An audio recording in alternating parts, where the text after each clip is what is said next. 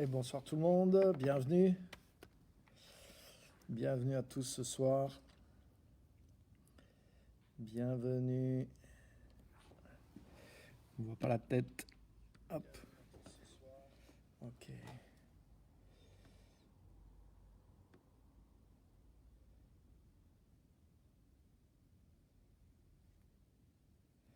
D'accord. Bonjour, bienvenue. Je fais mon petit réglage. Alléluia. Bienvenue à tous ceux qui sont déjà là. Geneviève, Audrey Rose, Manouchka, je vous vois. Christiane, Clarisse, Ludivine, Martial. Super. C'est super de vous voir et de vous avoir. Ok. Donc je règle un petit peu en même temps mon image, histoire que vous voyez la tête quand même. Voilà. Attendez, on va se bouger un petit peu. J'espère que vous allez bien, que vous êtes en pleine forme. Et on va poursuivre notre message de la semaine dernière. Donc on a commencé une nouvelle série, vous vous rappelez, sur pourquoi vivre sans souci. Et aujourd'hui, on va voir dans cette série-là, qu'est-ce qui occupe tes pensées? Qu'est-ce qui occupe tes pensées? Et on va voir, et on va essayer d'aller beaucoup plus loin encore dans le thème. Juste donner un petit réglage, j'en ai pas pour longtemps. Donc bienvenue en tout cas à tous, bienvenue à tous ceux qui sont en train d'arriver, qui nous rejoignent. Et on va avoir un moment super ensemble, j'en suis certain. Donc bienvenue, n'hésitez pas à partager la vidéo. Voilà, là j'espère qu'on est au top au niveau du réglage. Voilà, bienvenue Sandrine, Philippe, Anna, Christophe. Bienvenue vraiment à tout le monde. Super, Pascal. Génial. Wow, c'est super. Voilà, là c'est mieux, mon réglage est plus sympa.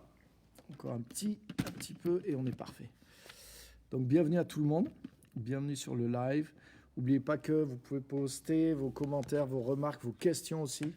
Et à la fin, je vais essayer de répondre à vos questions, à vos remarques. Voilà. Donc c'est super. Bienvenue ce soir. Donc le thème de notre série, celle qu'on a commencée, c'est pourquoi vivre sans souci. Hein, ça c'est une bonne question. Et on a vu en tant que chrétien la semaine dernière que le souci n'était pas neutre. On a vu qu'il y avait un impact, bien sûr il y a un impact humain, psychologique, plus que ça, mais on a vu qu'il y avait un impact spirituel aussi à cette histoire de souci. Et que c'est pas juste quelque chose d'anodin, c'est pas juste des petits soucis qui sont là comme ça, mais il y a toute une dimension derrière. Et on va continuer aujourd'hui un petit peu dans la même perspective et on va aller encore un peu plus loin. Donc le thème d'aujourd'hui, c'est qui occupe tes pensées? Qu'est-ce qui occupe tes pensées et qui occupe tes pensées? Et la première remarque que je voudrais vous donner, c'est par rapport au mot.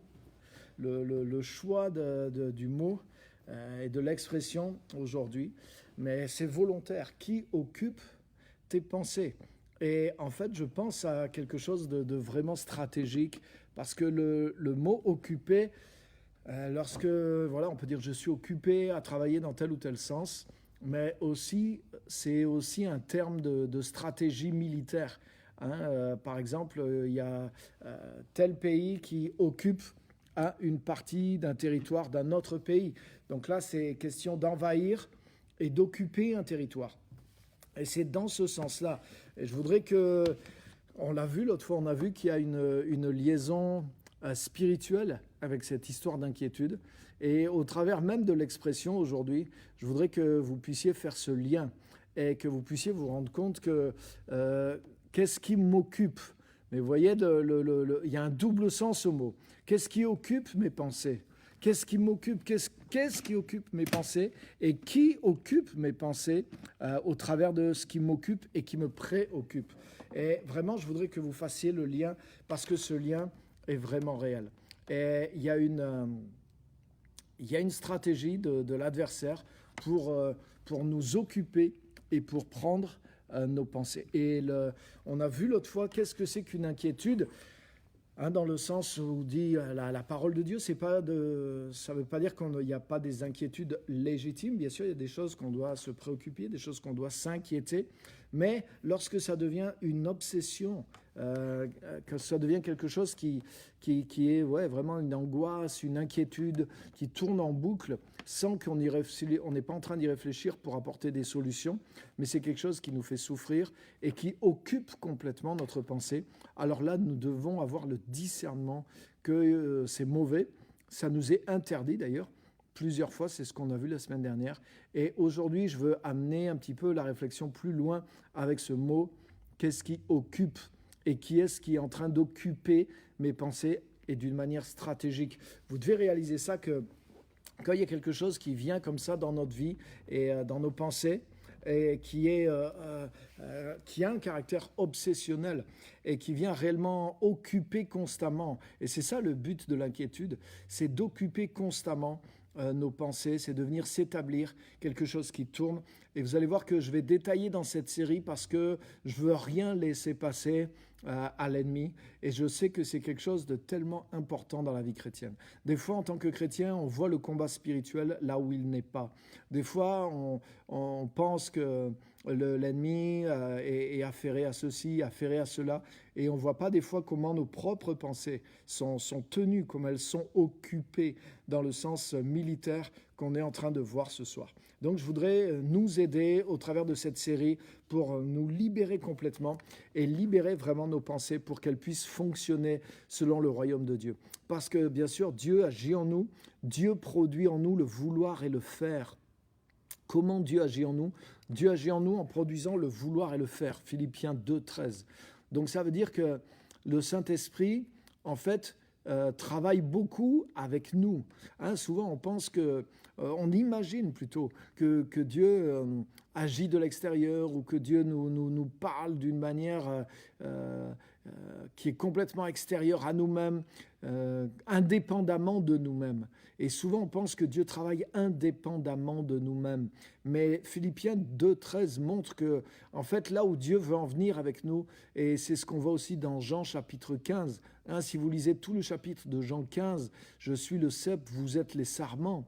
Et le sarment ne peut porter du fruit s'il ne reste attaché au cep. Mais vous savez quoi ? C'est également vrai aussi que le cep ne peut pas porter du fruit s'il n'a pas de sarment. Amen. Ça veut dire que Dieu a prévu qu'avec Christ, on soit unis ensemble et qu'au travers de cette unité, de cette communion, de ce partage qu'on a avec lui, mais Dieu agisse et Dieu travaille avec nous. L'idée de Dieu, c'est de travailler en partenariat avec nous. L'idée de Dieu, c'est d'être en communion avec nous pour travailler en partenariat avec nous. Et Philippiens 2,13 dit ça. Dieu produit en nous le vouloir et le faire pour ses desseins bienveillants. Il y a une traduction qui dit. Donc, vous voyez comment Dieu va accomplir ses desseins dans le monde au travers de nous. Dieu produit en nous le vouloir et le faire en vue de produire ses desseins, ses projets qui sont bienveillants dans l'humanité. Donc Dieu n'agit pas complètement extérieurement à nous, Dieu n'agit pas d'une manière indépendante de nous. Bien sûr, il y a plein de choses que Dieu fait sans nous, mais les choses que Dieu veut faire avec nous dans notre environnement pour lesquels il nous a mis sur terre. Mais dans ce cas-là, Dieu veut travailler en partenariat avec nous. Et c'est pour ça que nos pensées sont importantes aussi, parce qu'on a besoin de grandir dans la pensée de Dieu, on a besoin d'être libre dans nos pensées, on a besoin que nos pensées soient affairées aux bonnes choses, justement pour que Dieu le champ libre dans nos pensées, pour faire pousser dans nos pensées, pour amener de la conviction dans nos pensées, pour attirer notre pensée vers les choses qu'il veut qu'on puisse penser, pour qu'on puisse faire les choses qu'il veut qu'on puisse faire. Donc ça, c'est tellement important de comprendre ça. Donc on ne peut pas laisser nos pensées être occupées dans le sens justement de stratégie militaire. On ne peut pas laisser l'ennemi occuper nos pensées. Et bien sûr, on n'est pas occupé par l'ennemi dans nos pensées simplement si on est possédé. Des fois, les chrétiens voient les choses d'une manière soit tout blanc, soit tout noir. Mais en réalité, l'ennemi travaille simplement en suggérant des choses, par les inquiétudes, etc. Tout ça, par des craintes, par des complexes, par toutes sortes de formes et de manières de penser. Tout ça, c'est des ruses de l'ennemi et dont on doit se débarrasser. Même les gens du monde se rendent compte que ces choses-là sont des obstacles, même pour accomplir n'importe quel projet. Et si eux, ils ne voient pas derrière l'aspect de la guerre spirituelle, mais ils comprennent la nuisance de ces choses-là. Et ils apprennent à se débarrasser de ces pensées et à renouveler quelque part leur mentalité. À plus forte raison, nous qui avons le discernement spirituel et qui comprenons l'utilité de nos vies dans le plan de Dieu, nous devons absolument être forts là-dedans parce que c'est une grande part du combat spirituel se joue dans nos pensées. Hein, il y a beaucoup de passages qui parlent de ça. Donc on va lire ensemble un de ces passages qui est dans 2 Corinthiens chapitre 10. C'est un des passages très très connus sur ce combat qu'il y a dans les pensées. Donc venez avec moi dans 2 Corinthiens chapitre 10 et au tout début du chapitre, à partir du verset 3e. Donc 2 Corinthiens chapitre 10 à partir du verset 3. Donc bienvenue à tous ceux qui nous ont rejoints encore. Gloire à Dieu. Gloire à Dieu, Chantal, Ivan, Jordan, Sylvaine, Marie-Claude, Myriam, Magali, Benjamin, le Parisien. Bienvenue à tous. Mi-José, bienvenue. On s'est vu et on se revoit. Ok. Merci à tous d'être là et soyez les bienvenus.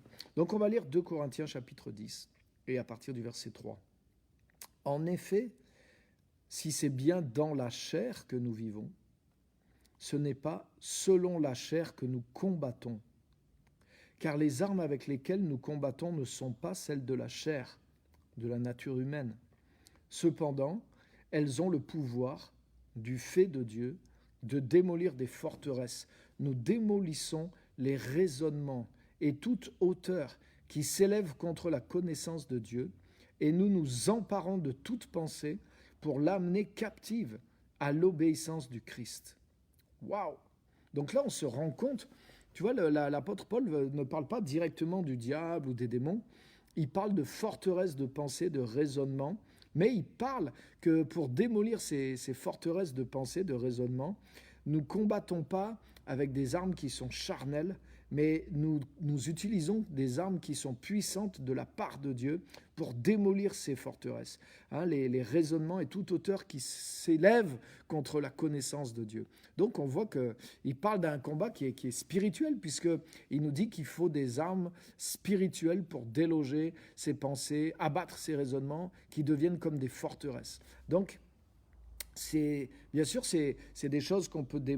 C'est vrai à plusieurs niveaux. C'est vrai au niveau de moi, c'est vrai au niveau des autres, c'est vrai au niveau de la société. Il y a des façons de penser, des courants de pensée qui influencent la culture, par exemple, et qui maintiennent des peuples entiers en prison. Hein, par exemple, aujourd'hui, ici en France et dans beaucoup de pays, malheureusement, mais par exemple, voilà, l'homosexualité, le mariage homosexuel, c'est des choses sur lesquelles on n'a même plus le droit de dire la vérité et de dire ce qu'on pense. Hein, on est en train d'amener une culture comme quoi aussi le genre sexuel des individus ne serait pas déterminé par le sexe biologique. Donc, honnêtement, quelqu'un qui est qui a jamais entendu parler de ça, il dirait mais c'est n'importe quoi. Comment c'est possible, hein? C'est-à-dire qu'on est en train de nous dire aujourd'hui, c'est pas parce qu'il est né avec un zizi que c'est un garçon, et c'est pas parce que il est né avec un sexe elle est née avec un sexe de fille que c'est une fille. Quand il sera grand, il va choisir sa sexualité. Mais je veux dire, c'est vraiment du bon sens, c'est nier l'évidence et le bon sens. Mais on est en train de créer des forteresses de pensée dans la culture pour essayer de nous faire gober ça. Hein, et on nous a fait gober beaucoup de choses comme ça et qui sont devenues maintenant une norme culturelle dans le système. Pourquoi ?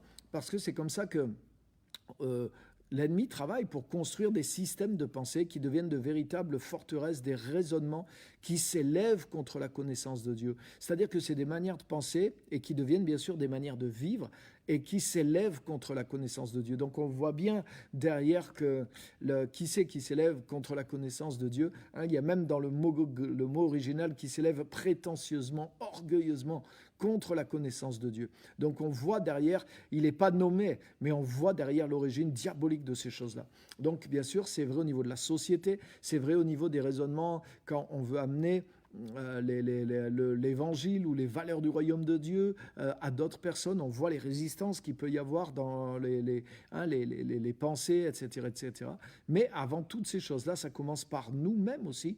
Et ça s'applique, et c'est le niveau dans lequel je veux qu'on l'applique pendant cette série, c'est l'appliquer à nous-mêmes. Et ça sera difficile d'aller démonter les forteresses qui sont dans les autres et dans la société si je n'ai pas commencé à démonter celles qui sont installées en moi. Et je voudrais vous dire, que vous le vouliez ou pas, mais nous avons tous des forteresses de pensée, nous avons été formés d'une certaine manière. Il y a des choses aussi dans la nature humaine, il y a des choses aussi dans nos réactions, dans nos émotions, dans la vie que nous menons, dans lequel l'ennemi essaie de nous manipuler pour occuper justement nos pensées. Donc, voyez l'importance ici dans la parole, le fait de renverser ces choses-là et le fait d'utiliser des armes spirituelles pour pouvoir renverser et rester maître de notre territoire. Personne ne doit occuper nos pensées, si ce n'est nous-mêmes, nous devons choisir à quoi nous occupons nos pensées et en vue du royaume de Dieu. Pourquoi c'est si important cette question-là? Parce que en réalité, la manière dont nous nous développons vient de nos pensées. Nos habitudes, nos caractères, nos croyances profondes, les actions qu'on va faire, la vision du monde qu'on a, la philosophie qui nous guide. En réalité, on n'est pas des animaux, on ne réagit pas simplement, ou alors c'est grave, on ne réagit pas simplement. Malheureusement, il y a une partie des fois des gens qui vivent presque comme ça, qui font que réagir comme des animaux à ce qui leur arrive. Voilà, j'ai faim, j'ai besoin de ça, je m'empare de ça. Et ils ne fonctionnent pas ou peu avec les choses qu'ils ont intégrées dans leur façon de penser. Mais c'est ça la caractéristique de l'être humain, justement, par rapport à l'animal. C'est que Dieu nous a donné la sagesse, l'intelligence pour qu'on puisse adopter une manière de penser. Et c'est cette manière de penser qui doit toujours évoluer, qui permet que nous devenions meilleurs et qui va influencer tous nos comportements. Nos comportements viennent aussi et beaucoup, si nous ne vivons pas au niveau animal, si nous ne sommes pas simplement dans le stimulus, si nous ne sommes pas simplement dans la réponse à ce qui nous arrive, mais si nous vivons au niveau humain de notre être, mais nos pensées déterminent en grande partie ce qu'on est, ce qu'on va devenir. Regardez même l'Évangile, il pénètre dans notre esprit, mais il pénètre comment? Par la parole de Dieu. Donc la parole de Dieu, comment elle pénètre dans ton esprit? Elle pénètre parce que tu l'entends et elle passe par l'intelligence. Tu la comprends, tu processes des pensées. Donc c'est parce que la pensée de l'Évangile pénètre ta pensée qu'elle devient ta façon d'être et ta façon de penser petit à petit. Donc comment Dieu travaille en nous, et on le voit dans les paraboles, la semence du royaume de Dieu, c'est la parole. Donc c'est comme une graine, la parole de Dieu est une graine qui vient dans nos pensées, mais ensuite elle établit carrément toute la structure du royaume de Dieu à l'intérieur de nous, et c'est son but. Dieu veut établir sa structure, Dieu veut établir sa façon de penser, Dieu veut établir une manière de voir les choses, Dieu veut établir sa propre présence, etc. Donc Dieu travaille dans nos pensées, et c'est pour ça que la parole de Dieu doit restructurer et doit occuper nos pensées. Et c'est pour ça que rien que cette histoire de soucis, c'est juste une stratégie de l'adversaire pour garder la main mise ou pour prendre la main sur nos pensées. Et moi, il y a tellement de choses, honnêtement les amis, il y a tellement de choses dont j'ai été délivré d'une certaine façon par l'Évangile. Attention, je choisis bien mes mots.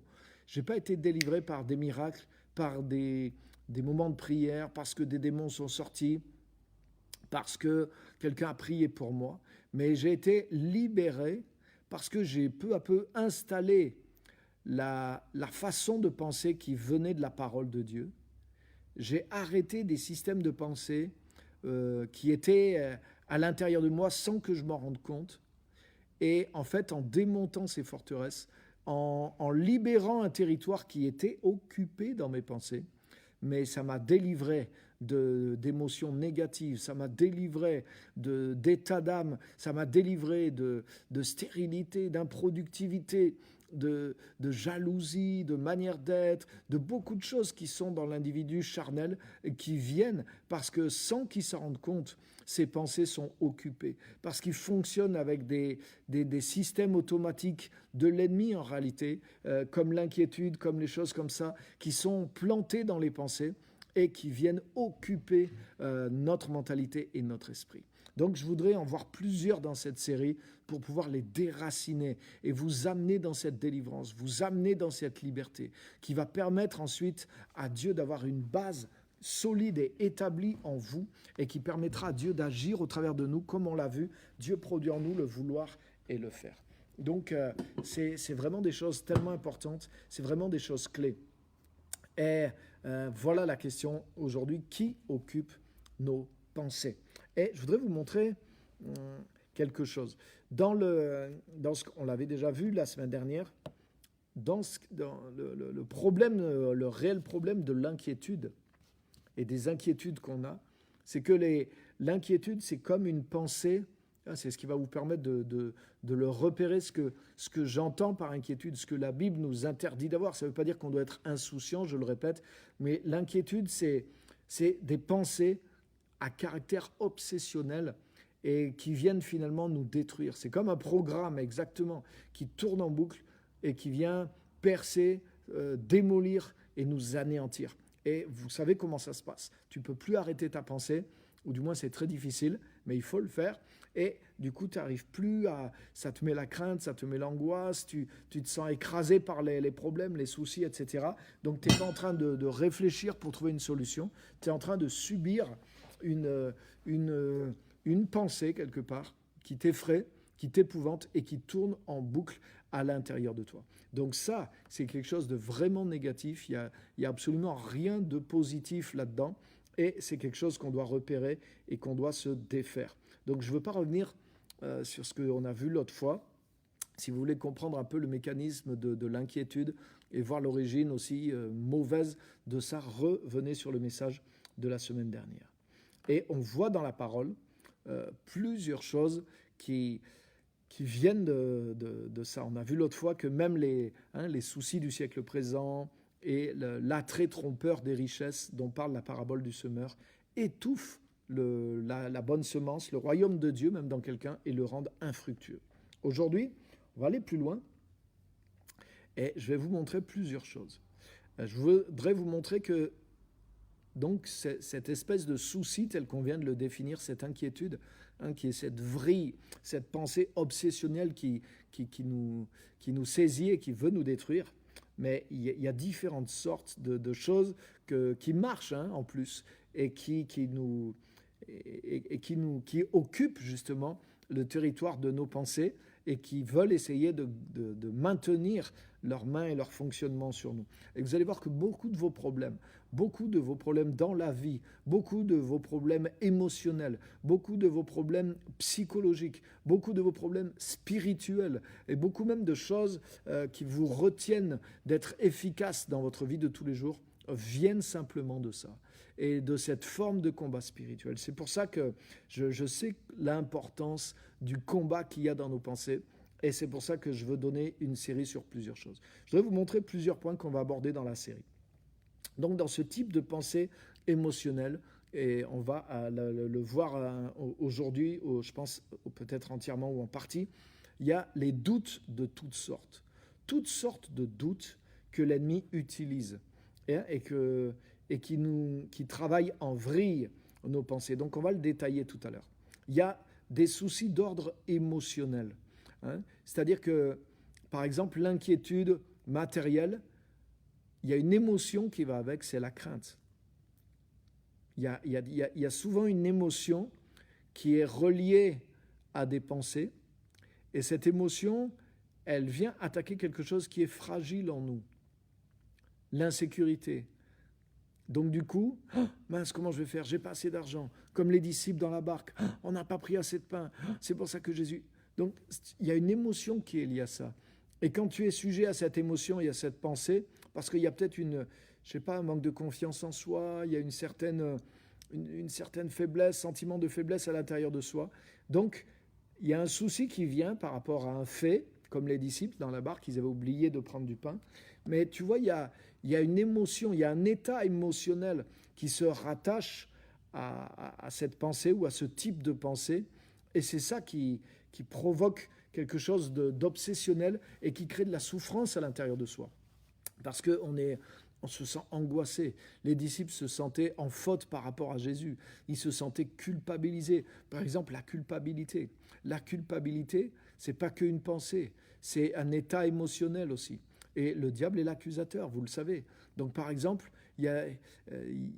ça nous arrive, et je le sais personnellement, j'ai lutté beaucoup avec ça, avec la culpabilité, où tu vis dans la culpabilité. Et par rapport à Dieu, c'est tellement facile pour le diable d'essayer de nous manipuler et de créer en nous une crainte qui est associée avec une émotion de culpabilité. Et il y a quelque chose qui se met à tourner en boucle. Et tu as vu comment c'est fort, parce que ce n'est pas que des pensées, c'est des pensées mais qui sont reliées à des émotions. L'infériorité, par exemple. Tu te sens inférieur, tu te sens rejeté. Le rejet, par exemple, c'est pas qu'une pensée, c'est lié à un état émotionnel aussi. Et ça s'appuie soit sur des faiblesses, sur des blessures, ou sur quelque chose sur lequel l'ennemi sait que nous sommes sensibles.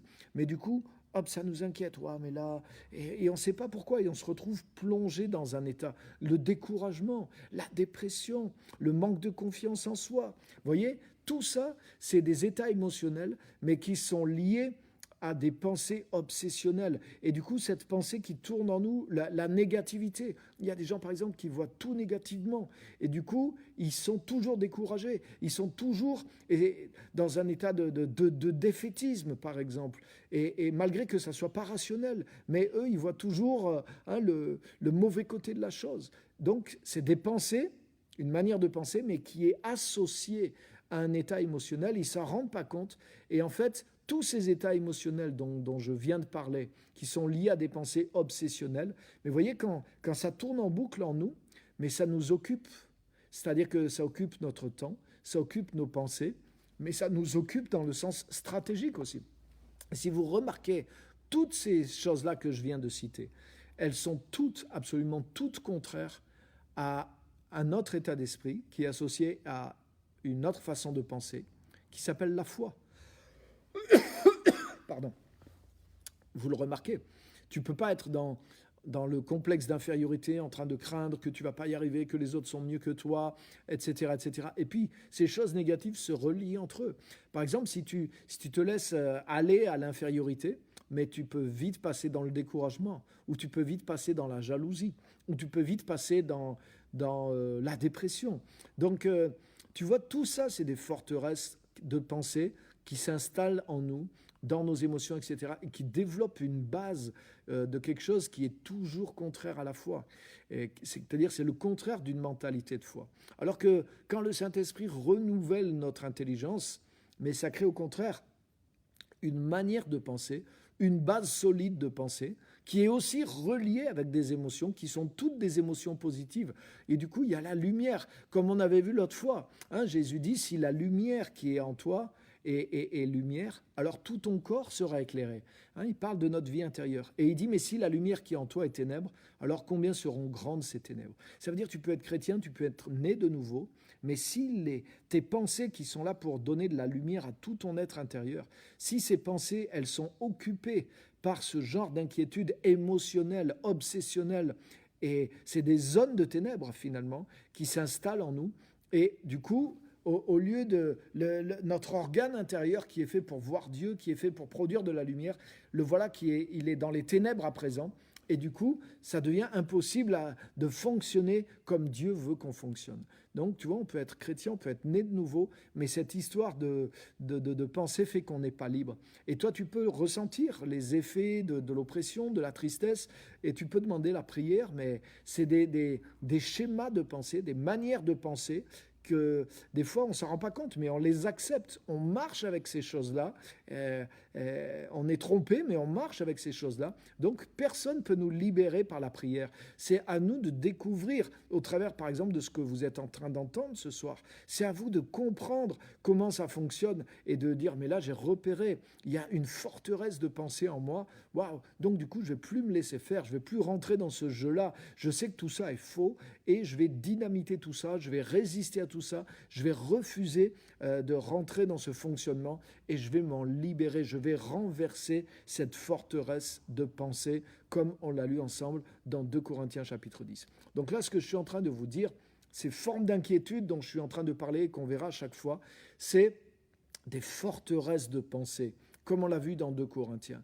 Une forteresse dans laquelle nous sommes captifs, une forteresse dans laquelle nous ne pouvons pas sortir, comme une prison. Une forteresse, c'est ça, c'est une prison qui nous empêche d'être à l'aise avec nous-mêmes, d'être à l'aise avec Dieu, d'être à l'aise avec les autres, d'être à l'aise avec le plan de Dieu. Donc c'est des forteresses qu'il faut absolument démonter. Donc je pense que vous voyez la force de ces choses-là, et je sais que déjà vous êtes en train d'analyser en vous-même certaines choses. Donc attention, c'est pas pour se dire oh là là, je suis prisonnier, je vais jamais m'en sortir. Non, au contraire, vous allez vous en sortir. Et déjà vous êtes là, ça va, vous êtes en crise, ça va pas empirer, les choses vont pas empirer. Par contre, vous allez voir que des choses peut-être pour lesquelles vous avez prié, des choses avec lesquelles vous luttez, des choses pour lesquelles vous dites mais comment ça se fait que je ne progresse pas dans ce domaine, mais vous allez voir que là vous allez pouvoir progresser parce que ces messages vont vous aider à identifier certaines de ces forteresses et va vous montrer aussi comment travailler pour les démonter et vous en libérer. Mais maintenant, ça va demander du travail de votre part. Ce n'est pas juste parce que vous allez écouter ce message et qu'on va prier à la fin que c'est fini. Non, c'est le début du travail.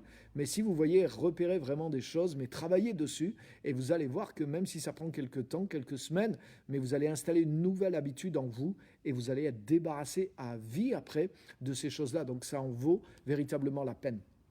Donc vous voyez, je parlais, il y a de ces forteresses de doute, hein, ces forteresses qui sont des soucis d'ordre émotionnel, tels que la culpabilité, les peurs, les phobies, la condamnation, des passions, des envies aussi. Hein, aujourd'hui, on parle de l'addiction carrément à la pornographie, on parle de l'addiction aux jeux, etc., etc. Mais c'est quoi ? C'est des forteresses qui viennent dans les pensées, de passion, d'envie, de mauvais désirs, et qui créent un fonctionnement obsessionnel dans les personnes et qui les rendent captifs. Hein, il y a une autre catégorie qui sont les tentations. Donc ça, on connaît en tant que chrétien. On a entendu souvent des messages sur ça. Donc en général, on le discerne assez vite. On voit que ça, c'est une tentation qui vient dans nos pensées. Même si une tentation, et quand une tentation commence à avoir une nature obsessionnelle, mais c'est là que ça devient un véritable souci et que ça essaye d'occuper nos pensées, nos émotions, etc. Et enfin, on verra une dernière catégorie. Ce sont lorsque nos pensées, elles sont errantes simplement. Donc là, elles sont pas occupées par quelque chose, mais justement, elles sont incapables aussi de se focaliser et de travailler sur quelque chose qui est bon. Et vous allez voir que ça aussi, c'est quelque chose de néfaste et de dangereux. Et vous verrez que si vous maîtrisez ces choses-là, votre vie changera. Parce que notre vie extérieure vient de notre vie intérieure. Et notre vie intérieure dépend énormément de ce qui se passe dans nos pensées. Donc j'ai un message en ce moment en ligne qui tourne qui s'appelle « Pense à tes pensées ». Je n'ai pas fait exprès, mais il tombe pile en même temps dans la série. Donc ça tombe très très bien, mais c'est un petit message de 10 minutes. Là, dans la série, je vous détaille absolument pas mal de choses pour que vous repériez ces forteresses et que vous puissiez les démolir. Donc ce soir, je voudrais m'arrêter sur la première que j'ai mentionnée. La semaine dernière, j'ai parlé vite fait aussi, parce qu'il y avait deux forteresses, les soucis du siècle présent et l'attrait trompeur des richesses. Donc ça, c'est quelque chose qui monopolise la vie de beaucoup de gens et beaucoup de chrétiens aussi. Les soucis d'ordre matériel, les choses de cette vie. Rien que ça peut suffire pour empêcher le royaume de Dieu de prendre sa place en nous. Donc je ne reviens pas là-dessus, c'est déjà dans la semaine dernière. Aujourd'hui, ce que je veux voir, c'est le doute, et les doutes de toutes sortes. il y a plusieurs sortes de doutes et je voudrais vraiment analyser un peu plus en profondeur cette forteresse de pensée qui peut devenir aussi obsessionnelle, qui peut devenir une manière d'être et qui peut être une manière dont l'ennemi occupe nos pensées et notre terrain. Par exemple, vous le savez comme moi, euh, le diable a commencé dans Genèse 3 avec le doute. Quand il est venu vers Ève, qu'est-ce qu'il a fait? Il a semé le doute. Dieu a-t-il réellement dit? Donc il a semé le doute sur ce que Dieu disait et sur la parole de Dieu. C'est étonnant parce que moi j'ai remarqué que quand je suis venu à Dieu, j'ai eu cette révélation du Seigneur et c'était extraordinaire. Et puis, en même temps,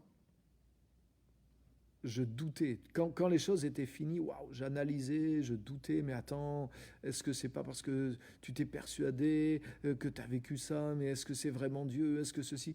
Et j'avais tellement de doutes à chaque fois.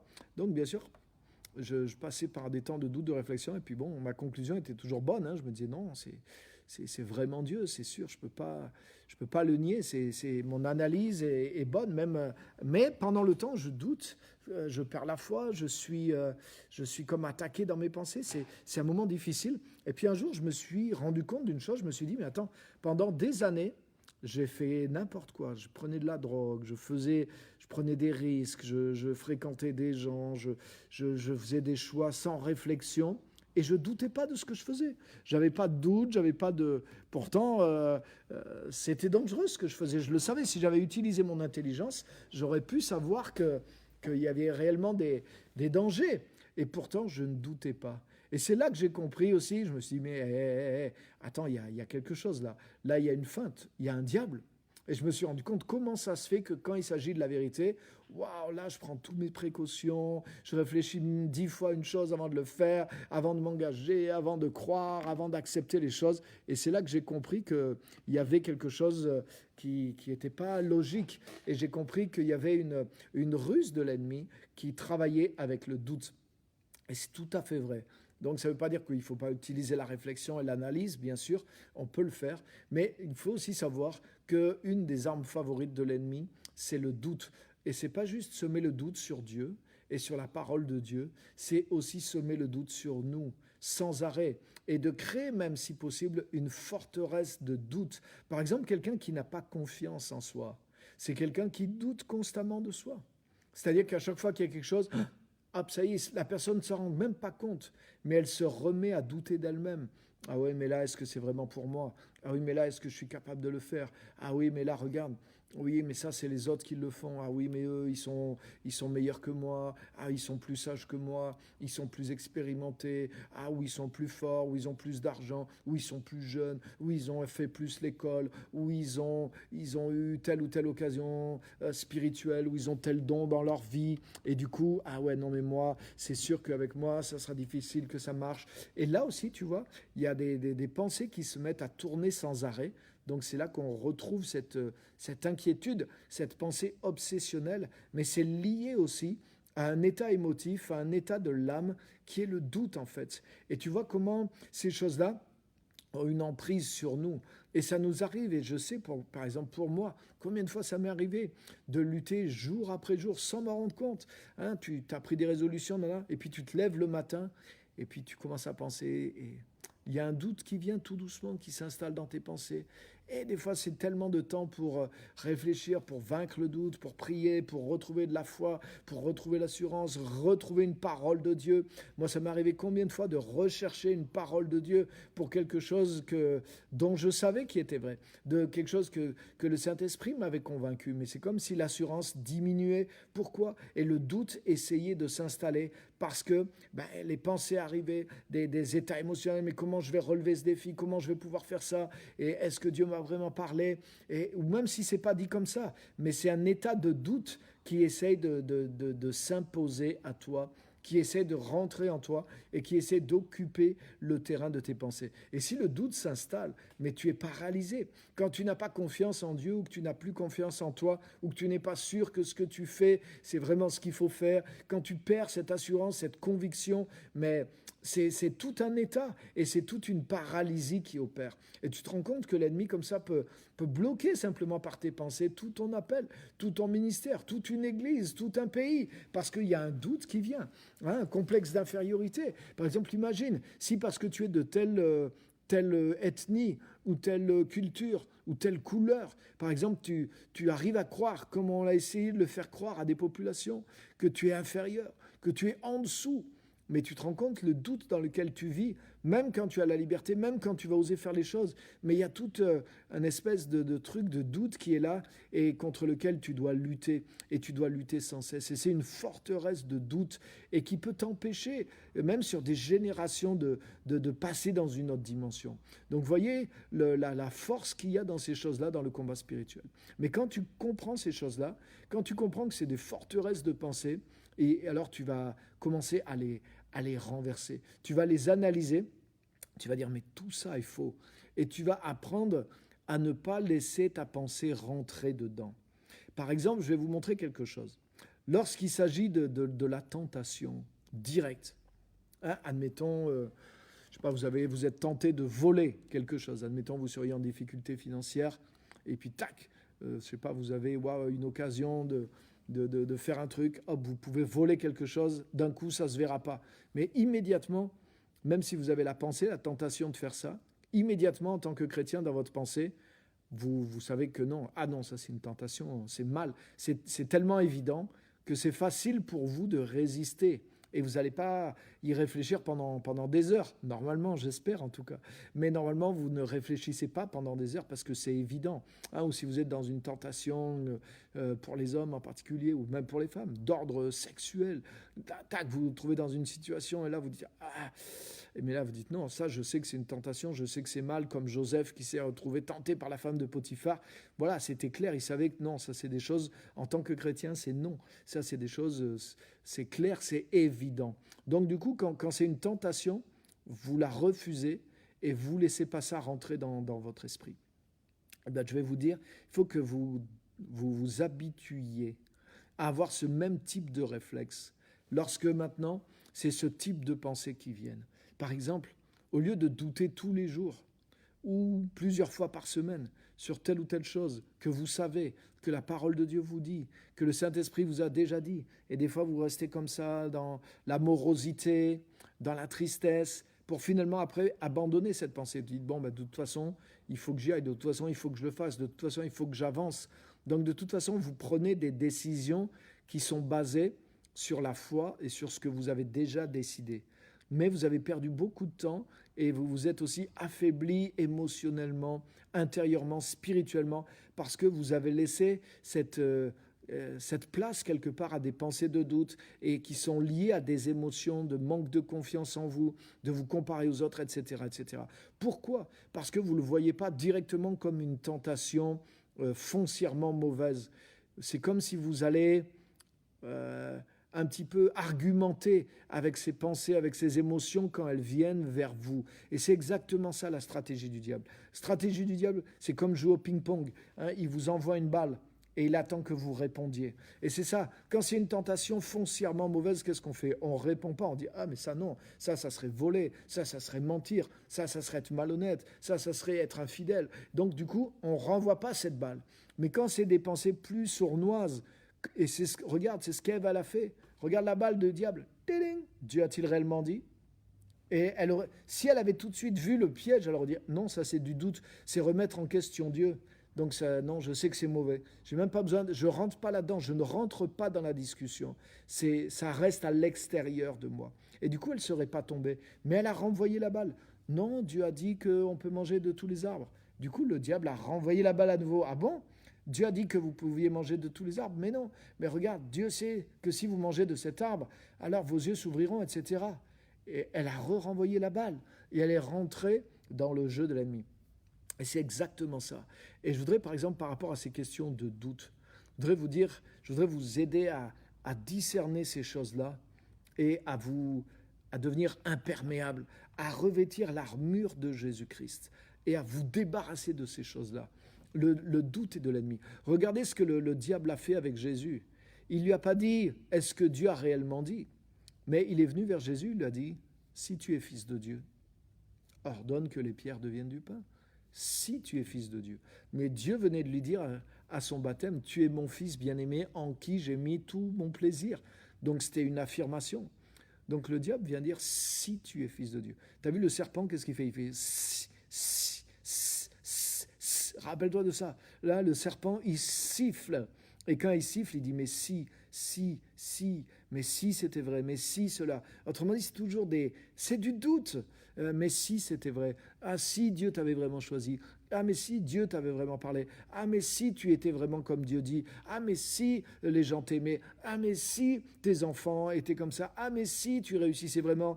Hein, vous voyez, toutes ces choses-là, tous ces si-là, ça introduit en général un venin de doute et d'émotions négatives qui vont avec. Et le doute s'empare de vous. Vous doutez de vous-même, vous doutez de Dieu. Donc, vaccinez-vous contre ça, justement. Et ne rentrez pas dans le jeu du diable, ne renvoyez pas sa balle et ne doutez pas de Dieu, ne doutez pas de vous. Ça ne veut pas dire que des fois, on ne doit pas réfléchir à certaines choses, bien sûr, mais lorsque vous sentez que c'est le jeu simplement du doute, il n'y a rien qui a été remis en question. Depuis hier, non, c'est bon, je poursuis le même plan. Il n'y a aucune raison de remettre en cause les choses. Donc, exactement comme pour l'inquiétude, oui, il y a des choses, je m'en occupe, mais je ne rentre pas dans une spirale de crainte émotionnelle et qui va m'aider à rien résoudre. De la même façon, il y a cette attaque qui vient sous forme de doute et qui essaie simplement de nous déstabiliser, de nous faire perdre l'assurance.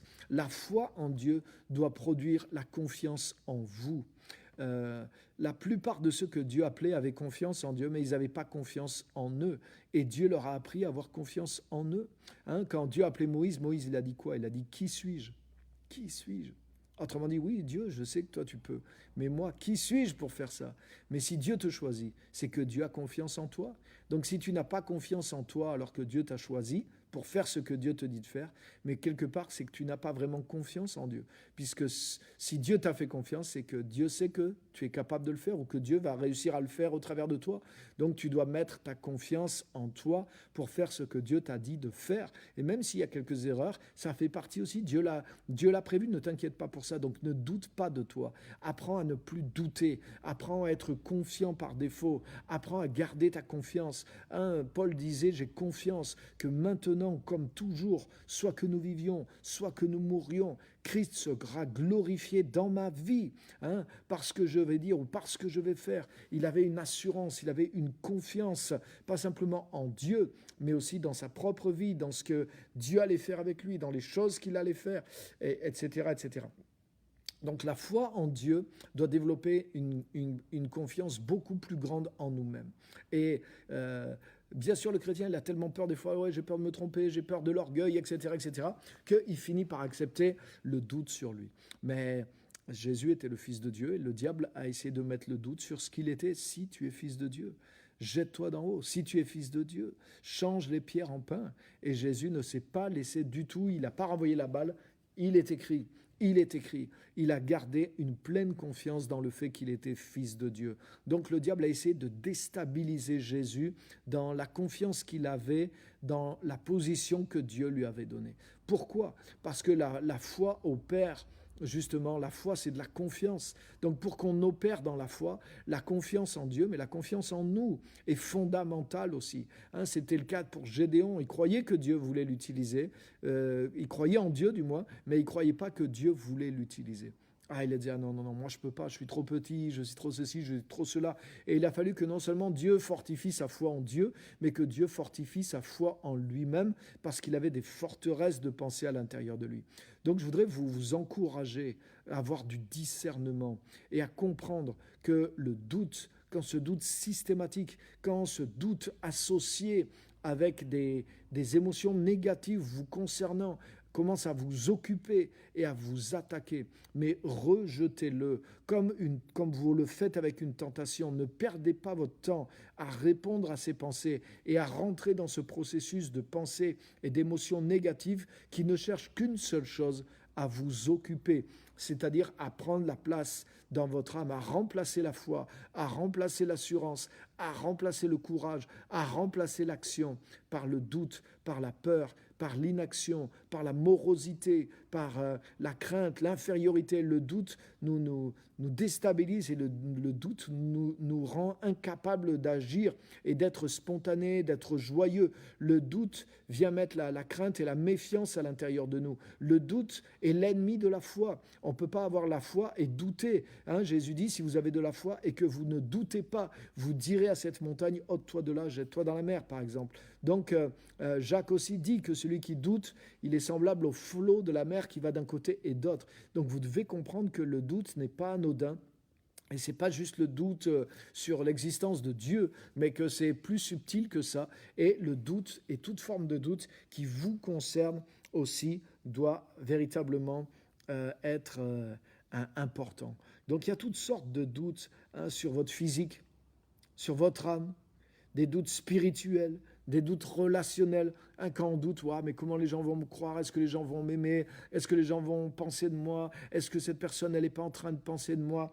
Comme des fois les gens me disent, ah oui, mais moi, je sais que cette personne risque de penser ça. Alors du coup, oulala, mais si on commence à penser à la place des autres, mais ça vient d'où cette attitude? C'est du doute. C'est du doute lié aux relations.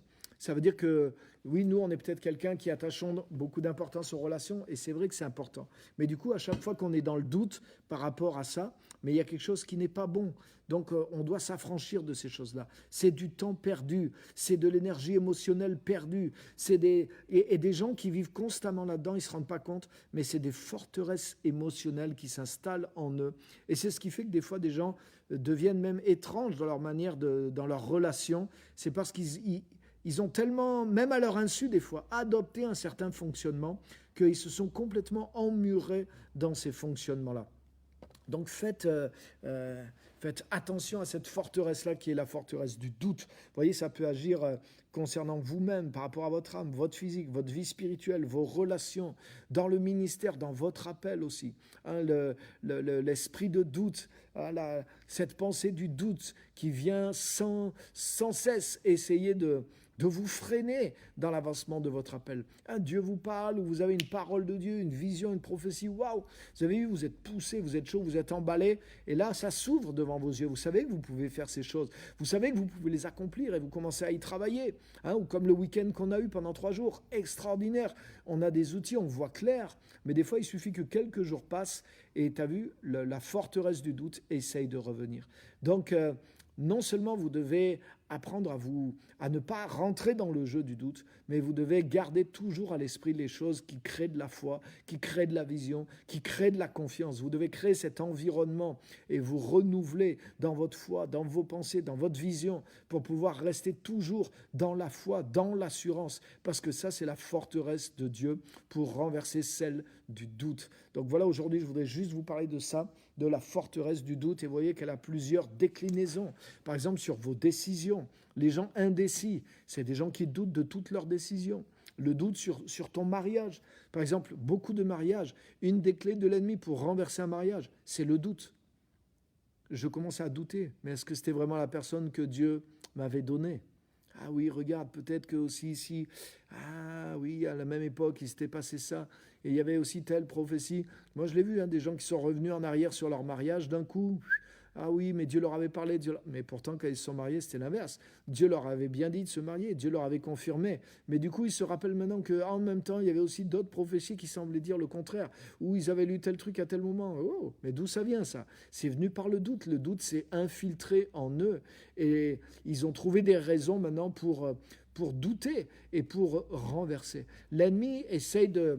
Vous voyez, comme l'inquiétude, on a vu l'autre fois, c'était comme un coin, comme quand tu fends du bois. Et ça commence par une petite pensée, mais le but de l'ennemi, c'est de diviser, c'est de rompre, c'est de casser. Par exemple, avec ton appel, Dieu te parle, Dieu sait que tu es appelé, waouh. Et puis au bout d'un moment, il ne se passe rien, il se passe ceci ou il ne se passe pas. Et si tu laisses tes pensées, le doute rentrer en toi, mais le doute commence à venir. Mais est-ce que c'est Dieu qui m'avait vraiment dit ça? Et puis tu laisses passer le temps, et puis finalement tu peux carrément tout laisser, parce que le doute a finalement gagné, et il a remplacé la foi, et du coup tu n'arrives même plus à croire que c'est vrai, alors que c'était une évidence et que tu étais rentré dedans. Je voudrais vous dire, il y a tellement pour accomplir les plans et les projets de Dieu, il y a tellement d'obstacles, il y a tellement de choses à l'intérieur et à l'extérieur. Nous ne pouvons pas nous permettre le luxe de douter. Donc nous devons apprendre à vaincre le doute et à voir le doute comme notre ennemi, comme une tentation. Hein, le doute sur tes capacités, le doute sur ce que tu fais, sur tes projets. Hein, le doute fait quoi? Il te mène à l'introspection, tu commences à t'analyser, il te mène à la procrastination, tu commences à remettre à plus tard, ah oui non mais là je peux pas, il t'amène à l'infériorité, il t'amène à te replier sur soi, il t'amène à la méfiance, à la cogitation, etc., etc. Et tu vois, ça aussi c'est quoi? C'est des soucis à caractère obsessionnel. C'est des choses qui viennent, et quand tu le laisses rentrer en toi et que tu y réponds, mais ça y est, ça rentre et ça continue. Même si tu dis, ah ben non, là je ne peux pas douter par rapport à ça, ok. Mais tu as vu, il y a une autre balle qui arrive. Le diable te renvoie la balle, oui, ok, ça c'est bon, mais regarde par rapport à ça. Ah oui, c'est vrai. Et en fait, tu ne te rends pas compte, dans ta pensée, tu as répondu à un doute. Mais comme le doute, c'est un état spirituel, émotionnel qui est rentré en toi par la première pensée, même si tu as réfuté cette pensée, tu t'es pas rendu compte que tu as laissé le doute rentrer en toi. Et le doute te renvoie maintenant une nouvelle pensée. Et là, tu recommences à cogiter, tu reviens dans l'introspection et tu ne te rends pas compte. Même si tu réfutes tous ces doutes et que tu passes 1 heure ou 2 comme ça, mais tu vas voir que ta foi, elle s'est comme évaporée. Ton assurance s'est évaporée, tu es tout découragé, tu es tout affaibli. Pourquoi? Parce qu'il y a une dimension obsessionnelle, spirituelle, qui est portée au travers de ce doute. Donc c'est dès le début que tu dois l'identifier comme on le fait pour des tentations et ne le laisse pas rentrer. Quand tu vois que c'est un doute, alors ça ne veut pas dire qu'on ne doit jamais se remettre en question, c'est pas ce que je dis, mais attention, voilà, c'est comme la tentation. C'est bien sûr, quand la tentation est foncièrement mauvaise, elle doit tout le temps être rejetée. Mais des fois, il y a des choses qui ressemblent à la tentation. Ah mais non, là, il faut quand même que je m'occupe de ça. Ah oui, mais non, là, c'est une occasion pour témoigner de Dieu, par exemple. Là, il faut que je le fasse. Donc oui, c'est un peu risqué, mais voilà comment il faut que je le fasse. Vous voyez ce que je veux dire? Donc, mais par défaut, la majorité du temps, on reconnaît que c'est une tentation. Mais faites la même chose avec le doute. Voyez le doute plutôt négativement par défaut. C'est ce que je vous encourage à faire. Parce que quand on n'a pas cette vision, mais il rentre en nous sans même qu'on s'en rende compte et il produit toutes ces situations qu'on vient de décrire. Et je pense que si vous êtes comme moi, ça doit vous parler et vous devez reconnaître ces choses. Donc retravaillez ça, écoutez-le, lisez des versets sur ça et identifiez ces choses-là. Dieu construit en nous une mentalité de foi. L'ennemi essaie de faire l'inverse, une mentalité de doute pour occuper l'obsession, la pensée obsessionnelle, inquiétude basée sur le doute avec l'état émotionnel qui va avec. C'est une manière d'occuper le terrain de nos pensées, mais de notre âme aussi, et de nous rendre complètement inefficaces pour le royaume de Dieu et pour plein d'autres choses. Donc que Dieu vous aide et que ça puisse vous parler et vous encourager au nom de Jésus-Christ. Amen. Donc je regarde vos commentaires.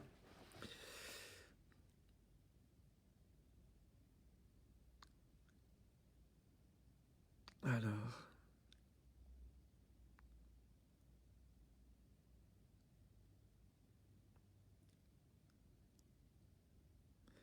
Les armes sont dans la parole. Oui, les armes spirituelles sont dans la parole. Pensée parasite. Amen. Ah, c'est ce que même les gens du monde disent. Hein. Ils appellent ça des pensées parasites, des pensées... je ne sais plus comment ils appellent ça. Et ils l'ont remarqué. Ils l'ont remarqué. Si tu es isolé, comment tu peux faire? Alors là, je vois pas exactement... On est un peu tous isolés. Alors, je ne sais pas exactement. Peut-être c'est pas par rapport aux pensées, simplement la question. Donc, on est tous un peu isolés par rapport à cette question, dans le sens où c'est dans nos pensées que ça se passe. Hein. C'est chacun à l'intérieur de nous que nous devons apprendre à lutter. Nous devons apprendre à identifier et nous devons apprendre à ne pas laisser ces pensées rentrer à l'intérieur de nous. comme l'inquiétude. Ne vous inquiétez de rien. N'entretenez aucun souci. Donc ça veut dire, des fois ça peut rentrer un peu à notre insu, mais quand on voit que ça commence à devenir obsessionnel et que c'est chargé émotionnellement de cet état de doute, d'intimidation, d'infériorité, de crainte, là on doit reconnaître immédiatement, on doit dire non, là c'est totalement contre-productif, c'est vraiment l'ennemi qui essaie d'occuper, c'est vraiment des pensées néfastes, donc j'arrête tout ça. C'est faux, c'est du mensonge, c'est du mensonge. Jésus a dit la vérité vous affranchit. Donc le contraire, c'est quoi? C'est que le mensonge vous emprisonne. Mais c'est tellement vrai. C'est pour ça que si je raisonne simplement avec le mensonge, même si j'essaie de me débattre contre lui, mais je le laisse rentrer. Si tu débats avec quelqu'un, mais tu commences à lui donner du pouvoir sur ta vie, il y a des choses, il ne faut pas débattre, il faut ignorer. Jésus n'a pas débattu avec le diable. Il a dit, il est écrit, et il l'a repoussé, et il a continué à faire ce qu'il avait fait. J'ai besoin de mes pensées pour méditer la parole. J'ai besoin de mes pensées pour trouver le courage d'accomplir le plan de Dieu pour moi. Donc, je n'ai pas le temps le matin de rentrer dans des états émotionnels. Et ces états émotionnels négatifs, ils viennent au travers de ses pensées et de ses forteresses. Quelqu'un qui est déprimé, quelqu'un qui est dans le découragement, mais c'est juste parce qu'il s'est laissé conduire dans cet environnement mental et spirituel, parce qu'il est rentré dans le jeu de ses pensées. Mais je ne peux pas faire ça. Je dois rester maître de mes pensées parce que j'ai besoin de mes pensées, j'ai besoin de mes émotions. Pour ça, le matin, j'amène ma pensée, j'amène mes émotions dans la foi, dans la parole, mais je reste dans la foi aussi. C'est une manière de manager sa façon de penser. Tu peux lire la Bible et puis pas comprendre ça. Tu peux lire la Bible 2 heures par jour et puis même au milieu que tu lis la Bible, ce type de pensée peut arriver en toi, t'attaquer, et puis tu peux être déprimé et tu ne sais même pas pourquoi tu dis j'ai lu. Et parce que tu ne te rends même pas compte que pendant que tu lisais la Bible, tu t'es mis à penser, à répondre à ces choses. Et je sais parce que moi, ça m'est arrivé. Même en priant, pendant que je prie, hop, mon esprit commence à partir ailleurs. Je vois les difficultés que j'ai en ce moment dans ma vie, dans l'église. Et tac, je commence à rentrer dans des états comme ça, de doute, de machin. Et finalement, je ressors. Je me dis, waouh, oui, j'étais censé être en prière, mais en fait, parce que ma pensée n'est pas allée dans le bon endroit, je me retrouve découragé, ou je me retrouve abattu, ou je me retrouve plus faible dans la foi que même avant de prier. Pourquoi? Parce que je n'ai pas exercé un contrôle ferme sur mes pensées et je me suis laissé avoir dans mes pensées. Donc tout ça, c'est des choses à apprendre. Et les amis, je vous garantis que ça, c'est la clé de beaucoup de choses. Beaucoup de choses. Et c'est une manière de manager et de gérer notre vie.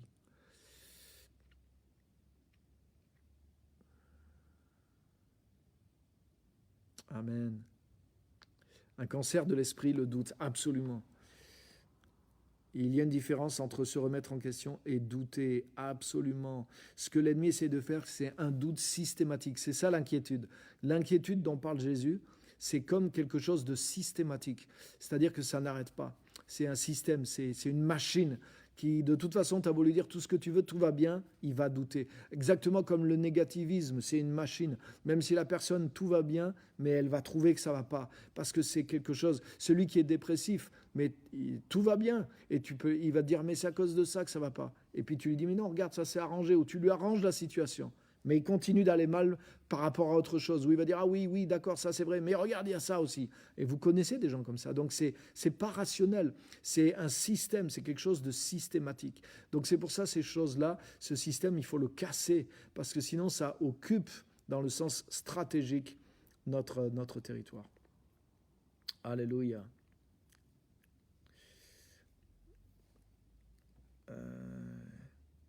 Romains 14, tout ce qui n'est pas le produit d'une conviction est péché. Alors attention avec ce verset, parce que ce verset justement, voilà, c'est un verset qui est utilisé dans un sens très large, alors qu'il n'est pas du tout dans ce sens-là dans la Bible. Et puis, moi par exemple, ça m'a énormément mis dans le doute et la condamnation, parce que justement, j'ai entendu ce verset prêché à mauvais escient. Si tu le prends dans un sens absolu, tu le sors d'un contexte, tout ce qui n'est pas le produit d'une conviction est péché. Donc ça veut dire si je fais quelque chose et je ne suis pas entièrement convaincu, c'est du péché. Mais attends, là tu ne vis plus. Parce que par exemple, J'en sais rien. Hein. Des trucs de tous les jours. Des fois, on est obligé de se décider sur un truc. Bon, on n'est pas convaincu à 100%, mais on se dit, bon, ben, c'est sûrement la meilleure chose à faire. Alors là, si tu appliques ça d'une manière littérale, tu es dans le péché. Alors, c'est pas du tout ça le contexte du verset. Il parle, dans le Romains 14, il parle des prescriptions alimentaires et il dit que voilà, si quelqu'un il pense qu'il ne faut pas manger de porc, par exemple, hein, un chrétien, parce qu'il est d'origine juive ou autre, il pense qu'il ne faut pas manger du cochon, mais il le fait par rapport à Dieu, il a une conviction par rapport à Dieu, et donc il doit agir en accord avec ses convictions. S'il agit en désaccord avec cette conviction-là, alors il commet un péché, même si Dieu, à la limite, s'en fichait qu'on mange de telle ou telle chose, mais si pour cette personne c'était un péché et qu'elle le fasse, alors elle commet un péché quelque part, parce qu'elle transgresse la conviction qu'elle avait devant Dieu. Donc ce verset-là dans Romains 14, c'est dans ce sens-là, et uniquement dans ce sens-là, qu'il doit être appliqué et pas dans un sens général. Parce que alors ça en rajoute, ça veut dire que déjà si tu doutes de toi, chaque fois que tu doutes de toi, en plus tu es dans le péché. Donc là ça rajoute une dimension de culpabilité à celle du doute avec laquelle tu luttes, et c'est pas le sens du tout qu'a Romains 14. Donc ça c'est pour vous aider. Comment faire pour rester focus quand on prie ou quand on lit? Perso, ça m'arrive tout le temps, mon cerveau va tout le temps ailleurs, c'est abusé. Amen, et moi aussi. Mais c'est pour ça que, mais s'il va ailleurs, c'est comme ton chien. Imagine, tu promènes ton chien et puis il tire sur la laisse. Qu'est-ce que tu fais? Tu le retires. Mais quand tu promènes ton chien, ça peut t'arriver tout au long de la promenade, où ton chien, sans arrêt, il veut aller voir ci, il veut aller voir ça, mais sans arrêt, tu le tires avec ta laisse. Et à force que tu lui apprennes, bah, il arrêtera de tirer un peu sur la laisse. Par contre, si tu le laisses aller, si tu le laisses courir, tu le détaches même de temps en temps, alors là, il t'obéira plus après. Et ben, la pensée, c'est la même chose. Le plus tu exerces une discipline, et des fois, franchement, c'est vrai, il y a des fois, tu es fatigué ou tu as l'esprit ailleurs, mais des fois, ton temps de prière, finalement, ou dans quoi que ce soit, tu n'as passé que ton temps à courir derrière tes pensées qui partaient de travers et tu n'as pas vraiment profité. Bah, c'est un jour comme ça. Mais tu as évité quand même le pire, parce que si tu as retenu tes pensées en bride, c'est pas elles qui t'ont amené. Donc tu n'as peut-être pas pu vivre le temps que tu voulais avec Dieu parce que tu n'étais pas focalisé, mais tu as empêché ta pensée et tu as empêché le chien quelque part de t'amener là où lui voulait. Et c'est exactement ça. Donc il y a des fois, malheureusement, le meilleur qui nous arrive, c'est ça. Mais c'est important de le faire. Parce que le plus tu vas discipliner tes pensées, le plus tu vas garder ta focalisation. Mais c'est quelque chose qu'on doit s'entraîner tout au long de la journée. C'est pas que dans la prière. Et là, il y a un grand secret, les amis. Il y a un énorme secret. Et on va en parler pendant toute cette série aussi. C'est pas que dans la prière. Si on n'est pas maître de nos pensées, waouh, mais ça doit nous faire peur, dans le bon sens. On doit se dire, mais alors, si j'arrive pas à maîtriser mes pensées, si mes pensées, elles partent tout le temps, n'importe où, dans tous les sens, et que j'arrive pas à être concentré, mais qui occupe mes pensées? C'est ça la question. Donc, je dois retrouver... Je sais que notre cerveau pense sans arrêt, je sais qu'il y a des pensées qui nous arrivent qu'on n'a pas choisies, ça c'est normal, mais par contre, ce que je vais faire après, et quand j'ai besoin de ma pensée, de ma focalisation, et que je suis concentré dans quelque chose, mais c'est important d'avoir la maîtrise de toutes ces choses-là, et ça change tellement de choses dans notre vie. Donc, bien sûr, dans la prière, ça se manifeste aussi d'une manière tout à fait spéciale. Amen. Donc voilà, je ne vais pas aller plus loin parce que j'ai déjà dépassé l'heure. Merci pour vos commentaires. J'ai essayé de répondre à quelques questions. Donc merci à tous d'avoir été là. Et je sais que c'est une série qui est passionnante. Donc si vous avez d'autres questions sur ça, que vous voudriez qu'on réponde, envoyez-les en commentaire ou en message privé. Et je répondrai dans cette série à ces choses-là parce que je vais développer les différentes sortes de soucis qu'on a vus un peu ce soir. Donc merci, que Dieu vous bénisse. On aura la réunion d'intercession demain aussi sur le Facebook de l'Église à 20h pour ceux qui suivent. Je vous encourage aussi à lire pendant ce temps de confinement. Quelqu'un est venu aujourd'hui, il m'a acheté 4 livres, tous mes livres pratiquement, ouais, tous mes livres. Donc, que Dieu te bénisse et très bon choix parce que c'est le moment dans le confinement de lire. Donc, achetez des livres, prenez de bons livres. Moi, je suis disponible. On peut faire un click and collect si vous voulez des livres. On se donne un point de rendez-vous et vous prenez des livres. Si vous êtes loin, je peux les envoyer par la poste aussi, même à l'étranger. C'est même moins cher qu'en France. J'ai un plan pour les envoyer moins cher en France qu'à l'étranger. C'est tout à fait légal et c'est vrai. Après, il y a des pays où c'est difficile parce que ça n'arrive pas, mais il y a des pays où c'est même moins cher qu'en France. Donc, n'hésitez pas à lire les livres. Mon dernier livre qui est sorti, Manifester le Royaume, c'est un bon livre. Là, je relisais moi-même quelques passages de Ne vous contentez pas d'exister sur le temps. Mais waouh, j'avais oublié ce que j'avais écrit. Je dis, mais c'est pas vrai, c'est pas moi qui ai écrit ça. J'ai été bluffé, quoi.